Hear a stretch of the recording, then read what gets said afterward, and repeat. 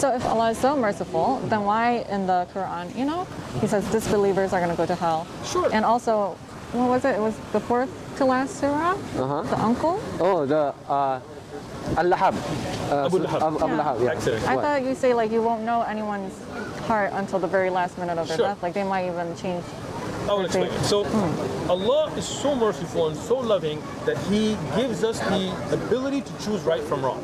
And He gives us guides, like the prophets. And He gives us signs in our daily life. And Allah gives us so many openings for us to leave that's what's wrong and go toward what's right, right? But Allah doesn't force it on us, right? Just like He doesn't force us to go to Jahannam, He doesn't force us to go to Jannah. It has to be a choice, just like a professor, right? I mean, as a human example. Again, the examples of Allah are too high. We give basic examples to understand concepts.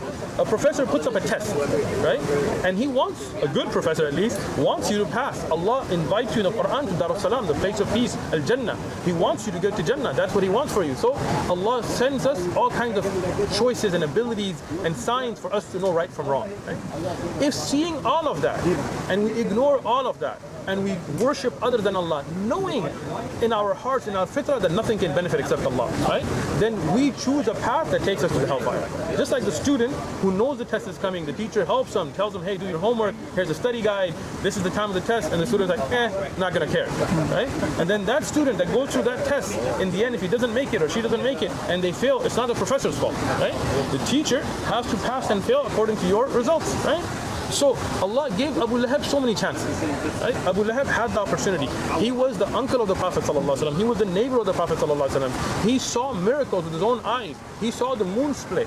He saw so many beautiful things that he knew, but out of his arrogance and his pride and his hatred for the truth, he not only didn't become a Muslim, but he had his sons divorce the daughters of the Prophet ﷺ. Like, what did they have to do with it, right? To be cruel. His wife, Jamil, Urwa, she would take filthy things and throw it into the house of the Prophet ﷺ because they were neighbors. And on the way, when he would walk, and they would go out of the way, he would walk behind the Prophet ﷺ, cursing the Prophet ﷺ, stopping people from listening to him. Right? At a time when people were wanting to listen. Like when the Prophet ﷺ went to the mountain and he called the people and he told them, if I told the army behind the mountain, would you believe me? And they were like, yes. And he told them, look, I know there's an akhirah coming. When Abu Jahl was the one that stopped the people. He would tell them, don't listen to this man. And he would curse, he would say, Tabba laka, may slow destruction be upon you. So because of those actions, he deemed himself in the hellfire. Right? And Allah knows the future. So Allah saw that and He revealed the Quran. Right? And this is a proof of the truthfulness of the Quran. Because Abu Lahab, he heard this surah. He could have faked become a Muslim just to try to prove the Quran wrong, but he didn't. Right? Because what Allah saw from his actions had sealed his future. Right? If people choose not to obey the greatest commandment, which is don't worship other than Allah,